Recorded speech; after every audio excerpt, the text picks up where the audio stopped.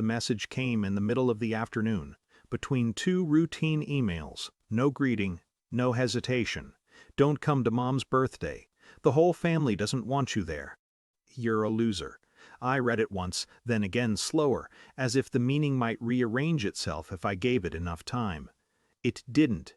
The phrasing stayed blunt, almost efficient, not angry, decided. For a moment, I thought it might be a mistake, a message meant for someone else. But the sender's name sat there, steady and familiar. My father had always preferred statements over conversations. This felt consistent with that. I didn't reply right away. Instead, I opened the family group chat. It was active, but not in a way that included me. Messages had been exchanged earlier, plans, confirmations, small jokes, nothing directly about me. That was the strange part. It wasn't open exclusion. It was adjustment, like furniture being rearranged quietly while you're in another room. I scrolled back further than I needed to. There were signs, I suppose. Moments where I had offered something and it had been acknowledged too quickly as if to move past it. Times I had covered small costs without being asked, filled in gaps without discussion. It hadn't felt like generosity then, just participation. I went back to his message. I typed slowly. So you chose money over your son? I stared at it before sending. It wasn't entirely accurate, but it wasn't wrong either. It pointed at something neither of us had said out loud. Then I put my phone down. On my desk was a printed confirmation for the restaurant. Private room. Advance deposit paid under my name. It hadn't been assigned to me formally. I had just taken care of it when no one else did. That seemed to be how things worked. I opened my laptop and found the email thread with the restaurant manager. There was no anger in what I wrote. Just clarity. I'd like to cancel the reservation under my name for this weekend. Please process the cancellation as per your policy. Thank you. I read it twice. It felt almost detached, like I was handling someone else's plans. A few minutes later, a reply came in, polite, slightly confused, asking if everything was all right since the booking was tied to a larger event. I responded the same way. I'm no longer responsible for the event. Please proceed with the cancellation. That was it. No explanation offered, none requested. By evening, the group chat had picked up again. Photos of outfit ideas.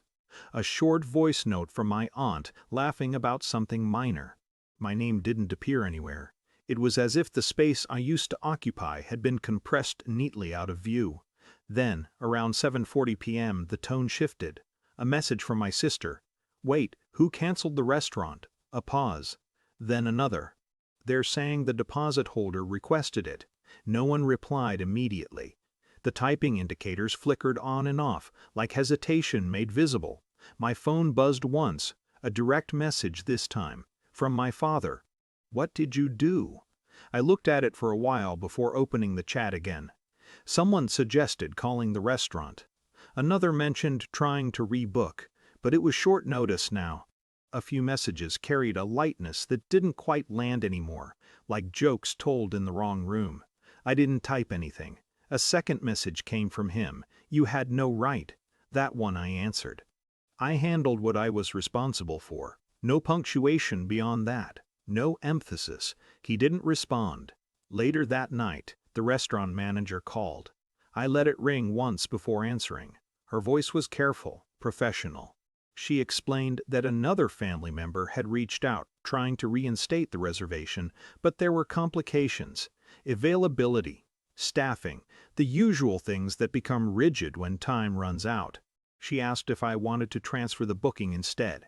I could hear the assumption behind the question that this was a misunderstanding, something that could be smoothed over if the right person took charge again. I kept my voice even. No, that won't be necessary. A brief silence on her end, then understood. She didn't press further. That was the moment it settled. Not with force, but with finality. Nothing dramatic had happened. No argument, no scene. Just the removal of something that had quietly been holding everything together. The next day, the group chat was quieter, not silent, just careful. Plans were still being made, but with more questions now. More uncertainty threaded through the messages. Someone mentioned a smaller venue. Someone else suggested doing it at home instead. My name still didn't come up, I noticed that. And for the first time, it didn't feel like something I needed to fix. In the afternoon, my father sent one more message, short again. "You made things difficult." I read it once, then I put my phone down without replying. Because he wasn't entirely wrong. I had made things different. And somewhere in that difference, I realized I wasn't waiting anymore for inclusion, for acknowledgement, for a place that shifted depending on what I provided. The plans would go on in whatever form they could manage. And I would too, not included, just no longer involved.